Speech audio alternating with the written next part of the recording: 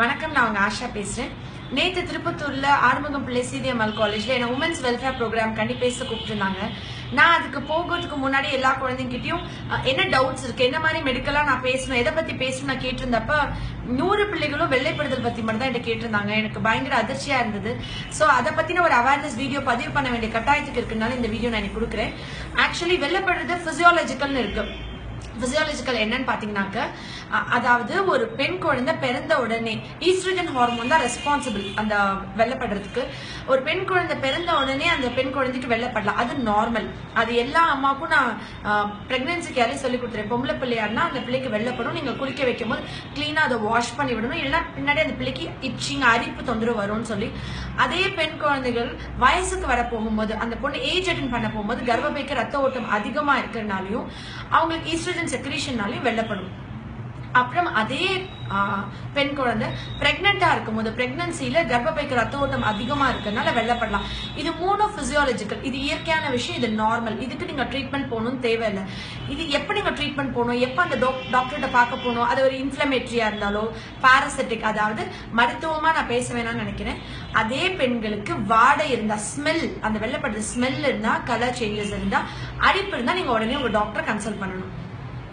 சரி, என்ன மாதிரி கண்டிஷன்ஸ்ல வந்துட்டு பெண்களுக்கு இந்த வெள்ளைப்படுது அதிகமா இருக்கலாம்? டயட்னு நான் எடுத்தேன்னா, நேற்று நான் பேசும்போது எனக்கு தெரிஞ்சது, கண்டிப்பா ரொம்ப காரம், ரொம்ப ஊறுகாய், ரொம்ப ஹாட், ரொம்ப உரப்பா சாப்பிட்டா கண்டிப்பா வெள்ளைப்படும். நீங்க ரொம்ப காரமா ரொம்ப ஹாட்டா சாப்பிடும் போது உங்க வயிறு புண்ணாய் அல்சர் வர்றதுக்கு முன்னாடியே உங்க கர்ப்பப்பை வந்து புண்ணாயிரும். ஏன்னா கர்ப்பப்பை ரொம்ப சாஃப்டான ஆர்கன். நிறைய பெப்பர் யூஸ் பண்ணலாம், பட் ரொம்ப மிளகாத்தூள், மிளகாய் பொடி, ரொம்ப காரமா சாப்பிடுற பெண்களுக்கு நிச்சயமா வெள்ளைப்படும். ரொம்ப நீங்க வெள்ளைப்படுற பிரச்சனை இருக்கவங்க முதல்ல உங்களுடைய டயட்ல உரப்ப மாத்தணும். சரி, இப்ப என்ன மாதிரி அண்டர் கார்மெண்ட்ஸ் யூஸ் பண்ணலாம் அப்படின்னு நான் கேட்கும் போது, நேற்று நான் கேட்டும் போது 190 பெண் குழந்தைகள் வந்து சைட்ல எலாஸ்டிக் உள்ள ஜெட்டி தான் யூஸ் பண்றதா சொன்னாங்க. எனக்கு அது பயங்கர ஷாக்கிங்கா இருந்தது. என்னன்னா, அந்த சைட்ல எலாஸ்டிக் உள்ள ஜெட்டி போடும்போது ஒரு விஷயத்தோட கருப்பாயிரும், அது வேற விஷயம்.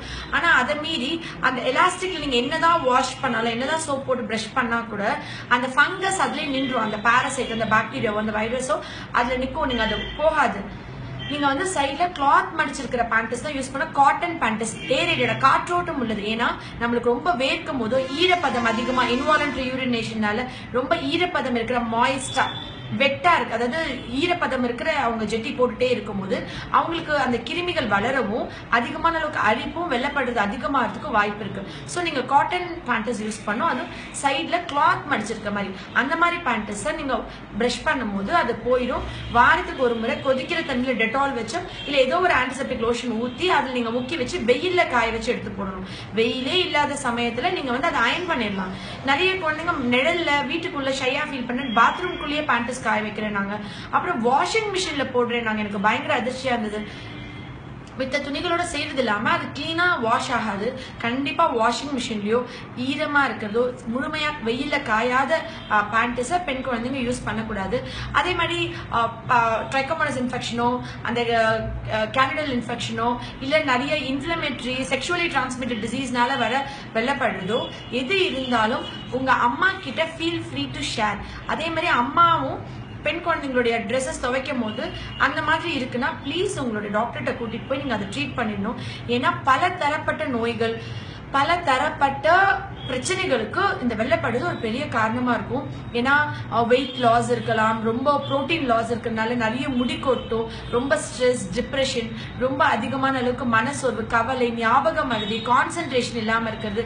பெண் குழந்தைங்க நீங்க 10 தடவை கூப்பிட்டா கூட திரும்பி பார்க்காம கவனிக்காம இருக்கிறது வந்து ஓரளவுக்கு எப்பயுமே ஒரு குழந்தைங்களுக்கு அந்த வயசுல இது பிரச்சனை ஷேர் பண்ணணும் தெரியாம மனசுலயே வச்சுக்கிட்டு ரொம்ப தோய்வா, சோர்வா, ரொம்ப அவங்களுடைய யூனிக்னஸ், அவங்க யாருன்றதை அச்சீவ் பண்ணி அவங்களோட ஐடென்டிட்டி அவங்க கண்டுபிடிக்கிறதுக்கான வாய்ப்பு கூட இந்த மாதிரி விஷயத்தினால ரொம்ப குறைஞ்சிரும்.